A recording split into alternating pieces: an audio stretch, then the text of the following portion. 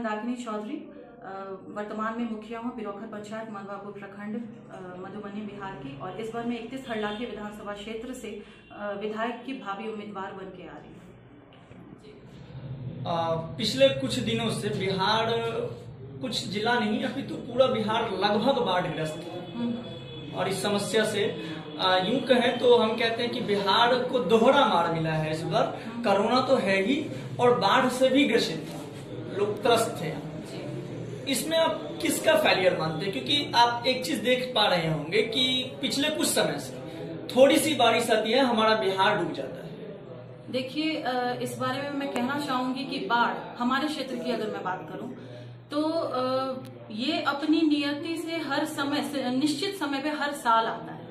तो इसमें निश्चित तौर पर एक मजबूत राजनीतिक इच्छा शक्ति की कमी है, जिन्होंने इस पे कभी ध्यान देना जरूरी ही नहीं समझा कि ससमय इस पर कैसे काम किया जाए, क्योंकि दशकों बीत गए और अगर बाढ़ की वही स्थिति हमारे क्षेत्र में एज इट इज है, किसान वैसे ही बदहाल हो रहे हैं, तो ये अपने आप में बहुत बड़ा सोचनीय प्रश्न है। वहीं दूसरी तरफ जो इसका एक अदर साइड मुझे लगता है कि अब लोग जो एक ट्रेंड पे वोटिंग करते आए हैं कि हमें किसी पॉलिटिकल पार्टी को फेवर करना है, आंख बंद करके जाति पे वोटिंग हो जाती है, जब इलेक्शन का टाइम आता है तो बैकवर्ड फॉरवर्ड पे वोटिंग हो जाती है। तो मैं वैसे वोटर से भी पूछना चाहती हूँ कि आप भले किसी को लेकर के लॉयल हो सकते हैं, लेकिन 50 साल पहले की जो समस्या थी, 30 साल पहले की जो समस्या थी और आज जो समस्या है, अगर वो एज इट इज है तो इसके लिए आप किससे जवाबदेह मानते हैं? कहीं ना कहीं चुनाव भी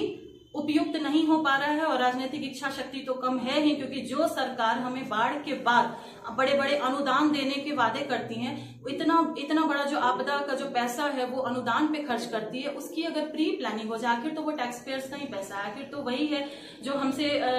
मतलब जो टैक्स हम लोग पे करते हैं वो सरकार के पास जाता है और घूम के हमारे लिए आना चाहिए उस पैसे को। तो अगर इसकी प्लानिंग पहले इंजीनियर्स की टीम बुला करके बांध का निरीक्षण करवा करके ससमय हो जाया करता, जहां पे बांध के रिक्वायरमेंट्स है उस पे प्रोजेक्ट्स बनता, तो शायद आज पिक्चर कुछ और होती, बट इस पे बात करने वाला कोई नहीं है। लेकिन जब समस्या खड़ी हो जाती है तो वहां पे खड़े होकर के आप फोटो खिंचाना, ज्यादा सारा कुछ जो है वो एक दिखावटी ही चीज बन के रह गया है। मैम, मेरा क्वेश्चन है जी,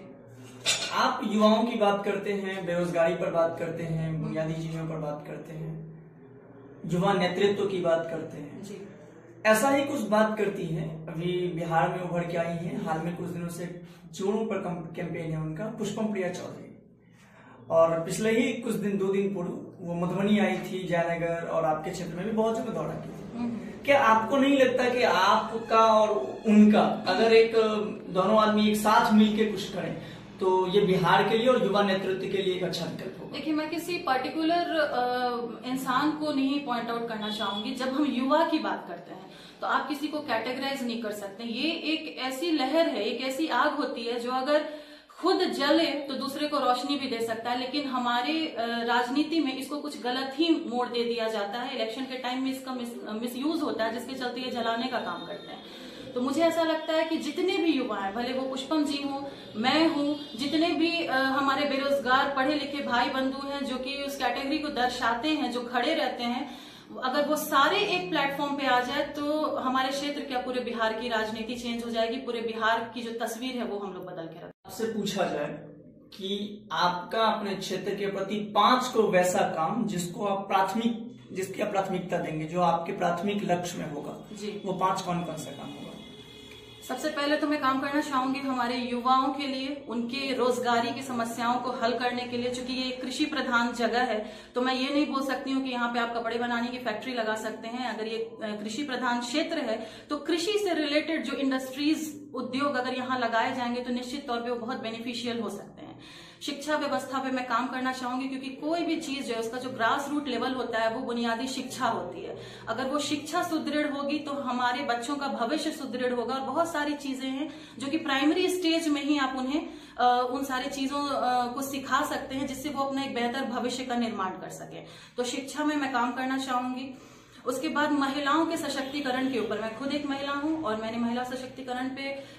राजनीति में आने से पहले भी, मैं जब छोटी थी उस टाइम पे भी जो मेरा इंटर ग्रेजुएशन का फेज था उस समय से मैं काम कर रही हूं। तो मैं चाहूंगी कि जो ग्रामीण स्तर की जो महिलाएं हैं वो अपने चूल्हे चौके से बाहर निकल के जो जिसमें अच्छी हैं उस चीज को प्रमोट कर सकूं। छोटी छोटी स्मॉल स्केल इंडस्ट्रीज उससे उन्हें जोड़ सकूं और उनके हुनर को प्रमोट कर सकूं, जिससे कि वो सेल्फ डिपेंडेंट हो सकें।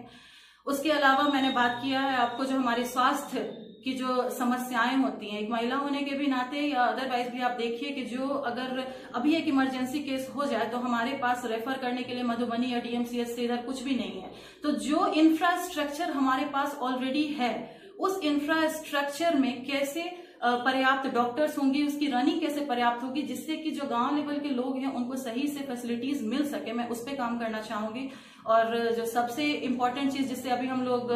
जूझ रहे हैं वो निश्चित तौर पर सड़क की समस्या है, जिससे आप इनकार नहीं कर सकते, क्योंकि कहीं पर भी 20 किलोमीटर के रेडियस में आप जाइए तो अमूमन आपको 2 से ढाई घंटे का समय लग जाता है। और बाद बाकी